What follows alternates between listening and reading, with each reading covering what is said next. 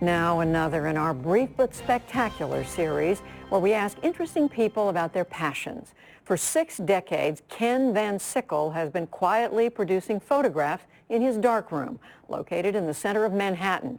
His photos range from documenting the bohemian life of New York and Paris in the 1950s and 60s to pushing the limits of the medium itself.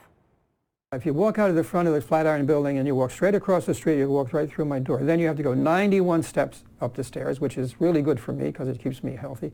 I'm 83 years old now.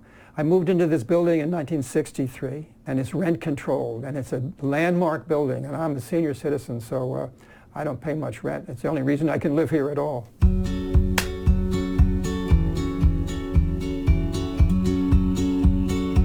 I don't have a favorite place to take photographs or even a favorite subject. I carry a camera. If I go out into the hallway, I carry a camera with me. When I was in Paris, I was 23, I think, and I wanted to shoot everything I saw, but I didn't have enough money to buy more than a roll of film every 2 weeks. And somebody said that Chet Baker was playing over at the American Club, and I went over and I took 2 pictures, and one of them is out of focus, and the other one is a great photo. I'm not a concerned photographer. I'm not trying to prove anything in any way politically or otherwise. I'm interested in beauty and the subtle moments of everyday life. This picture is called The Regular. The chairs in the foreground are overlapping planes in parallel recession. This picture, I just call it Washington Square. Laboratories tend to print it light, but it should be dark like this. Grand Central Station. I don't know why there was only one person walking in there. I had just gotten off the train. I call this firemen. The arch had caved in on 5 firemen. The Metropolitan Museum chose this to be in the permanent collection.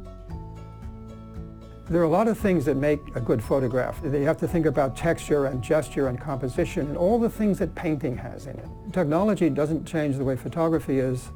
It makes it available to more people, which means there's going to be much, much more really terrible pictures taken, or pictures that are totally dependent on subject, which is all right. I mean, if you were there when the Hindenburg caught on fire and you took a picture of it, that's a great photograph.